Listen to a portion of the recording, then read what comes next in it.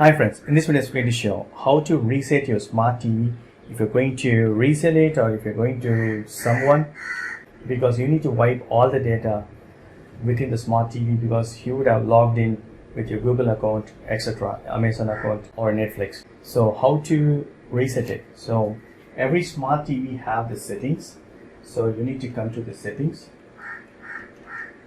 choose the settings and come down. You can see these options, additional settings, and come to device preferences. Every smart TV will have this device preferences. So choose that and come all the way down. So you can see this reset button. Just click on that. So reset, this will erase all data from your device's internal storage, including your Google account, system and app data and settings and download apps. So if you're okay, just click on that and give reset. That's it. This is the way you can reset your smart TV. Thank you so much. Bye.